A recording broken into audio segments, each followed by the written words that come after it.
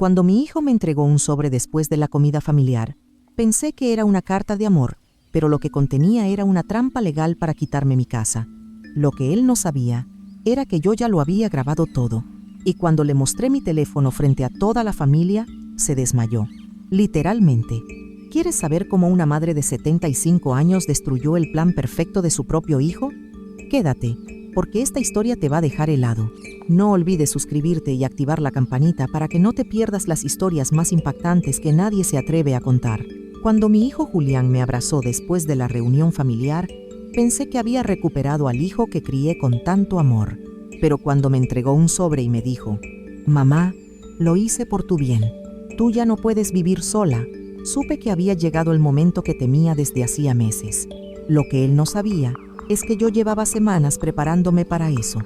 Cuando le mostré mi teléfono con todas las grabaciones y documentos que había reunido, se desmayó ahí mismo frente a toda la familia.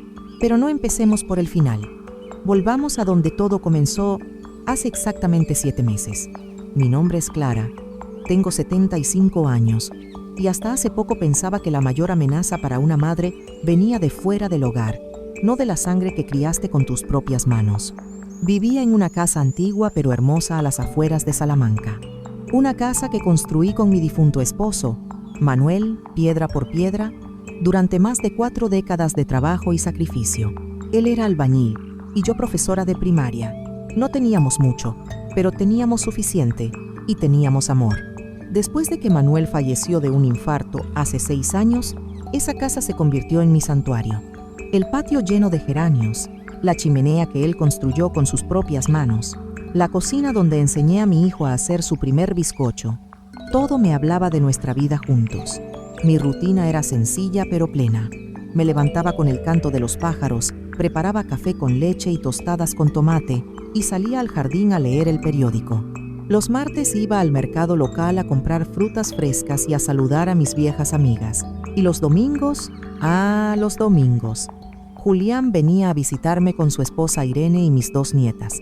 Julián siempre fue un hijo ejemplar, graduado en Derecho, exitoso, padre dedicado. Su esposa era amable aunque algo distante, y las niñas eran mi alegría. Las veía correteando por el pasillo con las trenzas desordenadas, pidiéndome que les contara historias de cuando su padre era pequeño.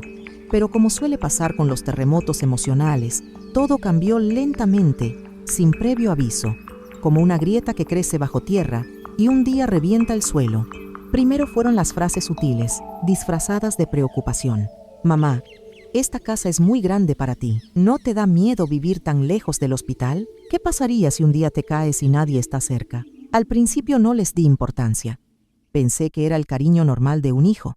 Pero con el tiempo, esas frases se volvieron más frecuentes, más insistentes, más extrañas. Un domingo después del almuerzo, Julián llegó con unos planos. «He estado pensando, mamá. Esta casa tiene mucho valor histórico.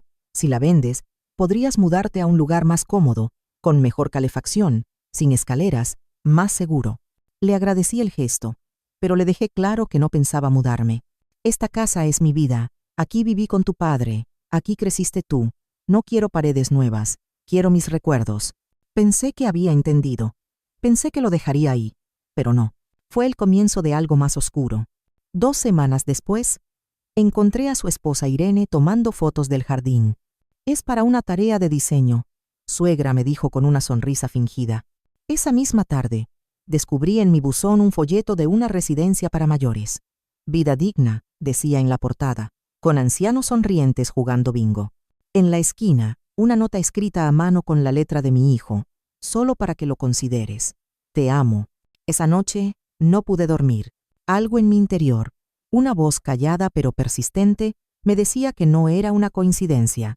Ni los planos, ni las fotos, ni el folleto. Julián no estaba preocupado por mi bienestar. Estaba preparando el terreno para algo más grande. Durante los días siguientes, comencé a prestar más atención. Instalé discretamente una aplicación de grabación en mi teléfono. Cambié las contraseñas de mi cuenta bancaria.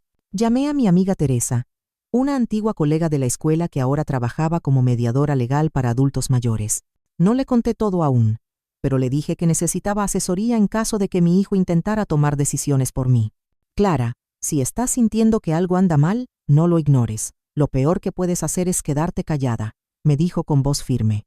El domingo siguiente, la tensión en la comida familiar era palpable. Julián estaba más callado de lo normal.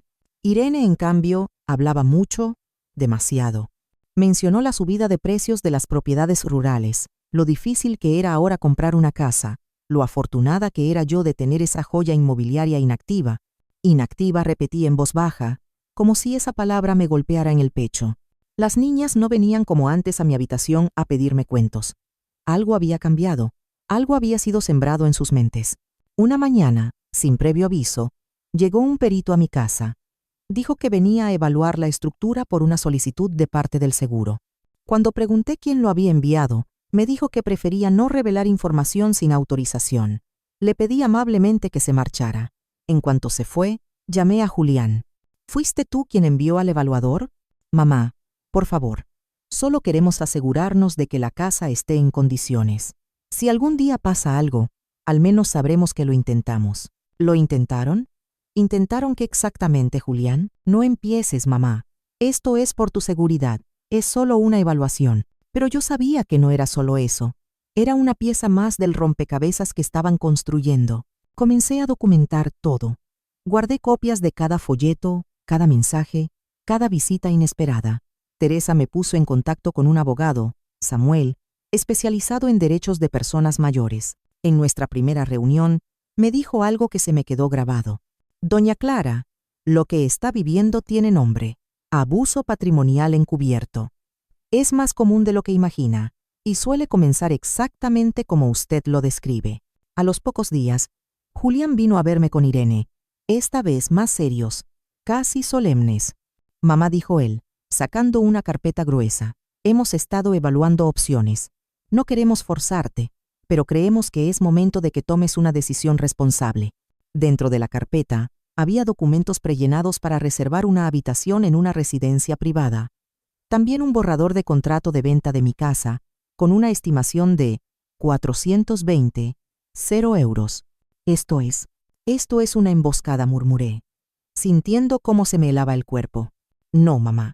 Es planificación, es cuidado, es pensar en el futuro, el mío o el tuyo. Por primera vez, el rostro de Julián se endureció.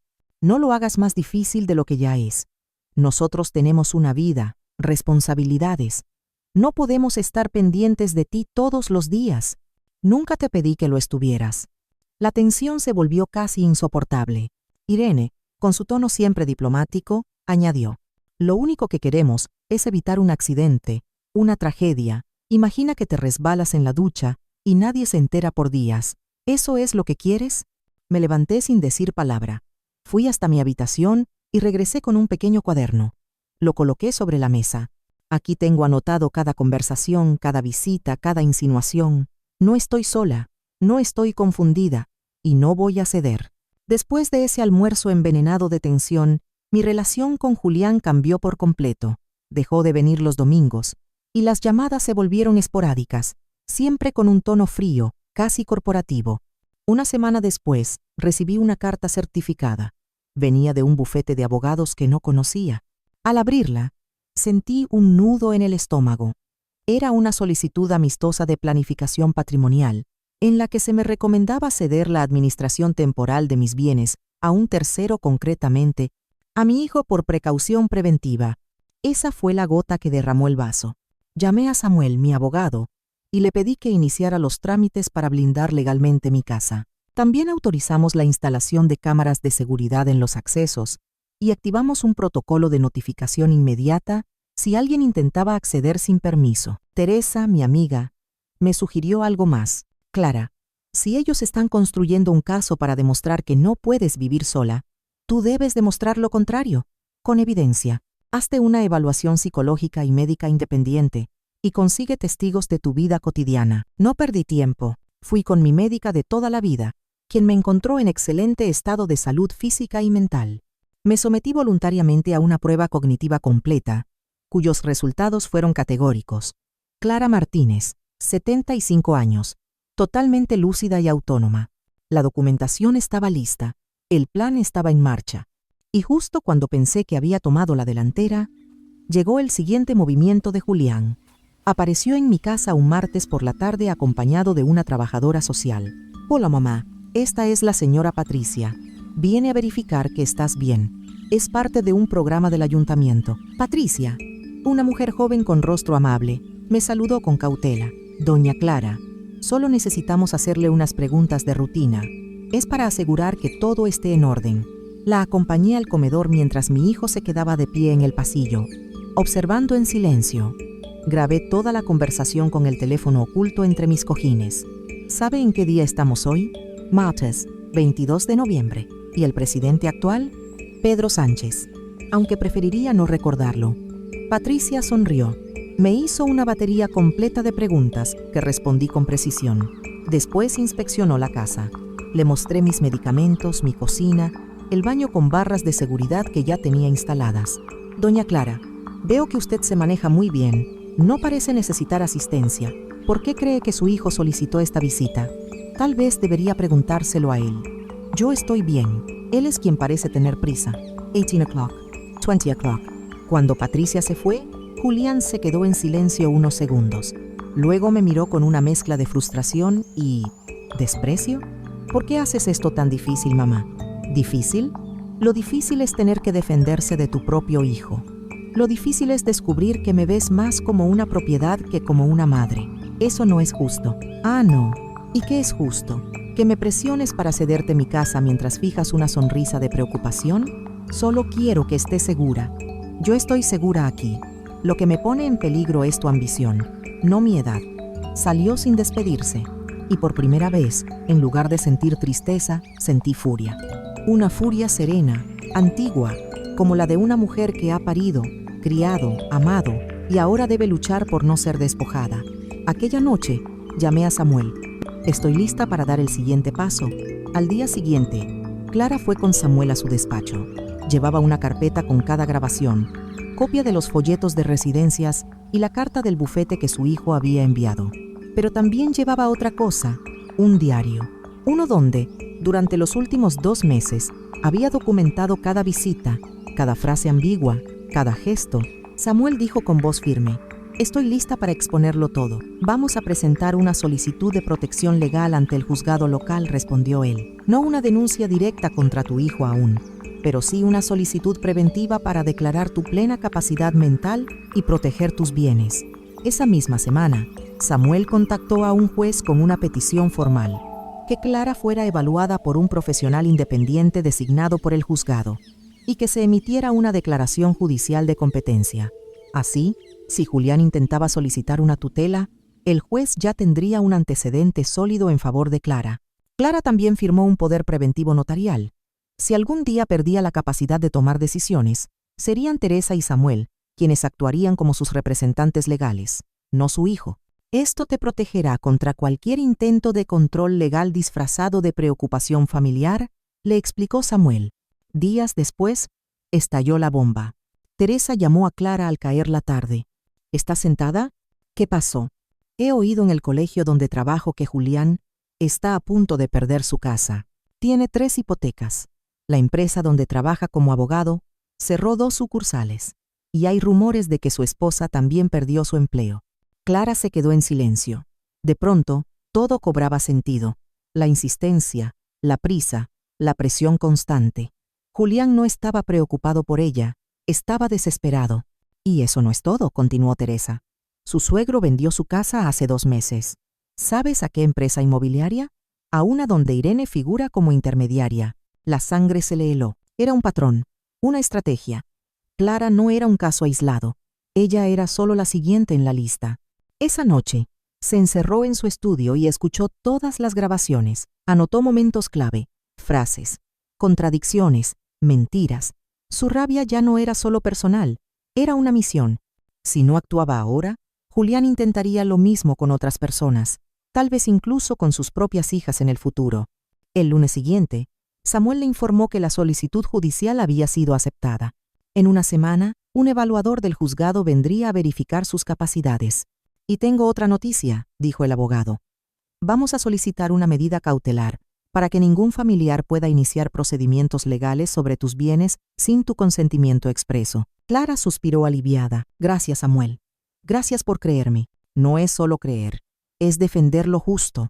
Y tú estás haciendo historia, Clara. Muchas personas mayores no tienen el valor de enfrentarse a su propia familia. Tú lo estás haciendo. Y con elegancia. Esa noche, por primera vez en meses, Clara se permitió sonreír.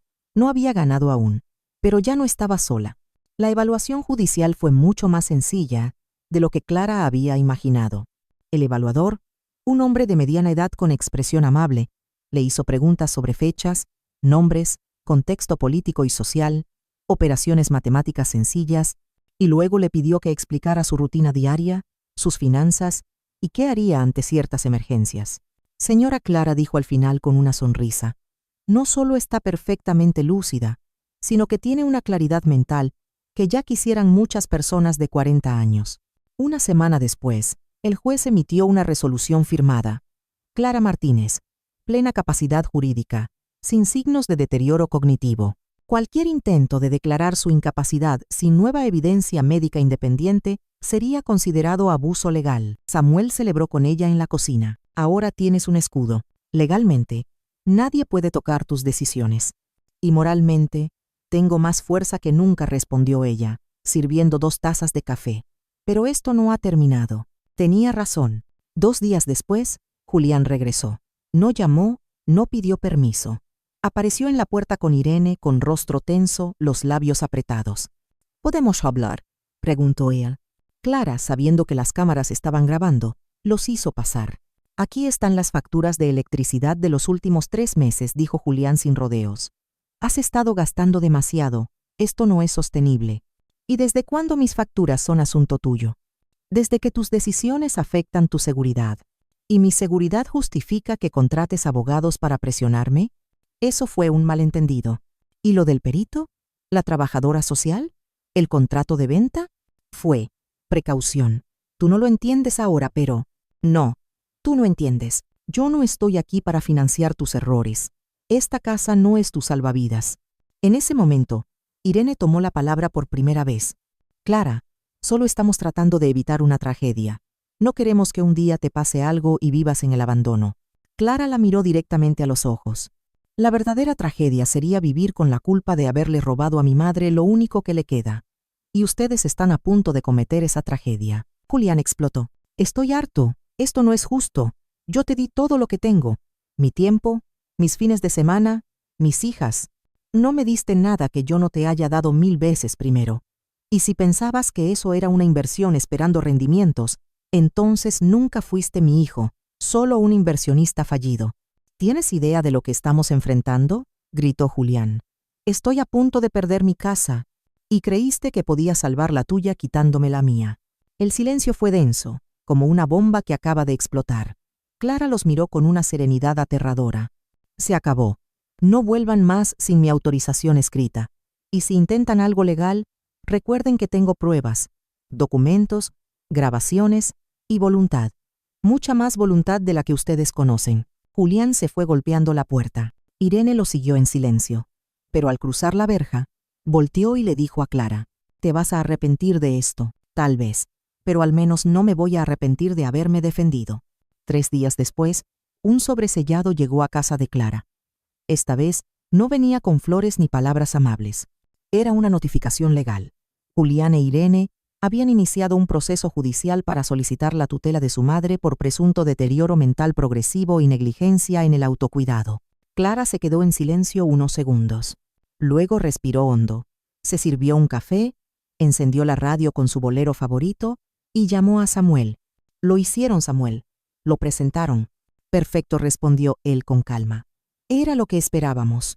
Ahora jugamos en terreno nuestro. Clara sonrió, no por cinismo, sino porque al fin la manipulación de Julián quedaría expuesta ante un juez. No era solo su defensa, era su oportunidad de justicia. El juicio fue fijado para 2 semanas después. Clara y Samuel trabajaron cada día. Organizaron cronológicamente las pruebas, seleccionaron fragmentos clave de audio y contactaron a los vecinos, médicos y amigas que podían testificar. Samuel también llamó al doctor Cañizares, un geriatra independiente con reputación intachable, quien evaluó a Clara y emitió un informe demoledor. Capacidad cognitiva y funcional superior al promedio para su edad. No hay indicios de deterioro ni de riesgo psicosocial. Llegó el día del juicio. Julián e Irene entraron con un abogado de traje caro y expresión arrogante. Clara, del brazo de Samuel, vestía sobria, elegante y con la serenidad de quien tiene la verdad de su lado. El abogado de Julián fue directo. Mi cliente está profundamente preocupado por su madre. Ha observado síntomas claros de desorientación, negligencia doméstica y paranoia. Presentaron fotos, fragmentos editados de conversaciones, declaraciones ambiguas de la trabajadora social, pero Clara no se inmutó. Cuando llegó el turno de Samuel, su voz fue firme y clara. Hoy, no venimos solo a defender a una madre, sino a denunciar una estrategia sistemática de abuso financiero encubierto bajo una fachada de preocupación familiar. Reprodujo grabaciones donde Julián decía frases como: "Nosotros controlaremos el dinero" o "No puedes seguir tomando decisiones sola". Luego presentó el informe del doctor Cañizares, las pruebas médicas, la declaración firmada por la médica de cabecera y los testimonios grabados de vecinos que confirmaban la lucidez de Clara. El juez se mantuvo en silencio todo el tiempo, tomando nota, observando las reacciones. Cuando llegó el momento de que Clara hablara, no necesitó mucho. Señoría, lo único que pido es vivir con dignidad en la casa que construí con mis manos. Lo que me están quitando no es un techo, es mi identidad, mi historia, mi derecho a decidir. No soy una anciana desorientada. Soy una mujer que supo parir, criar y ahora también defenderse. El juez dictó sentencia esa misma tarde. Este tribunal declara a la señora Clara Martínez plenamente competente para tomar sus decisiones legales, médicas y financieras. Además, se advierte a la parte demandante que cualquier acción futura sin evidencia médica sólida podrá ser considerada acoso o abuso procesal. Clara cerró los ojos por un segundo. No era victoria, era justicia. No era venganza, era equilibrio. Julián evitó mirarla al salir de la sala. Irene se mantenía seria, pero había algo en su mirada, vergüenza o miedo, tal vez ambas. Esa noche, Clara volvió a casa y caminó por su jardín. Tocó con sus dedos la pared de piedra que Manuel había levantado hace 40 años. Ganamos, Manuel. Esta casa sigue siendo nuestra. Después del juicio, Clara se convirtió en algo más que una mujer que había defendido su casa. Se convirtió en un símbolo. El artículo que Samuel publicó en un blog legal fue compartido por cientos de asociaciones de protección a adultos mayores. Clara recibió llamadas de periodistas, invitaciones a charlas comunitarias y mensajes de otras personas mayores que se sentían inspiradas por su historia. Pero entre tanta exposición pública, surgió algo inesperado y profundamente humano. Una tarde de primavera, Samuel pasó a dejarle unos documentos y, en lugar de marcharse como siempre, se quedó a tomar un café en el jardín. Se sentaron bajo la pérgola de glicinas, rodeados del aroma de tierra mojada y geranios floreciendo. Clara, dijo él, con una voz más suave de lo habitual, sé que esto puede sonar fuera de lugar, pero después de todo lo que hemos compartido, ¿te gustaría acompañarme a una exposición de arte este sábado? Clara lo miró sorprendida. Hacía años que nadie le hacía una invitación tan sencilla y tan íntima. Me encantaría, respondió, sintiendo una calidez inesperada en el pecho. La exposición fue solo el comienzo. Durante las semanas siguientes, Samuel comenzó a visitar más seguido, a veces para revisar documentos, a veces solo para caminar por el jardín, tomar té o hablar de sus libros favoritos. No había prisa, no había expectativa, solo dos personas adultas, heridas por la vida, pero no vencidas, encontrando compañía genuina. Una noche, después de cenar, Samuel le confesó: hace años que no me sentía tan en paz. Contigo no tengo que aparentar nada. Eres como una casa con luz cálida. Uno quiere quedarse. Clara sonrió, y por primera vez en mucho tiempo, dejó que alguien la tomara de la mano sin miedo. Al mismo tiempo, Clara comenzó a trabajar como voluntaria en un centro de asesoría para personas mayores. Compartía su experiencia, ayudaba a otros a identificar señales de manipulación emocional y les enseñaba cómo protegerse legalmente. Allí conoció a Marta, una mujer de 80 años que había sido manipulada por su hijo para firmar un poder notarial. Clara la acompañó al juzgado, presentó su testimonio y logró revertir la situación. Tú me diste el valor, Clara le dijo Marta entre lágrimas. Me salvaste la vida. Esa noche, Clara escribió en su diario: No gané una batalla por una casa. Gané una nueva vida. Y esa es una victoria mucho más profunda. Samuel la encontró sentada frente a la chimenea, con una copa de vino. ¿Estás pensando en todo lo que has pasado? Estoy pensando en todo lo que me queda por vivir. Y levantaron sus copas, no por el pasado, sino por el futuro. La paz no duró tanto como Clara habría querido. Un jueves por la tarde, al regresar del centro comunitario, encontró la cerradura de su puerta trasera forzada. No faltaba nada, pero el mensaje era claro. Revisaron las cámaras de seguridad. En las imágenes, se veía a Mateo, el cuñado de Julián, intentando entrar por la puerta trasera con una copia antigua de la llave. Samuel llamó inmediatamente a la policía. Se presentó una denuncia por intento de allanamiento. El juez, al ver la reincidencia de la familia, emitió una orden de alejamiento inmediata contra Julián, Irene y cualquier tercero vinculado a ellos. Ya no es una disputa familiar, dijo Samuel. Ahora es un caso penal. Días después, Clara recibió una carta anónima en el buzón, sin remitente, escrita a mano. Algún día estarás sola y te arrepentirás de haber cerrado la puerta a tu propia sangre. Tus nietas ya no te recuerdan. Clara no tembló, no lloró.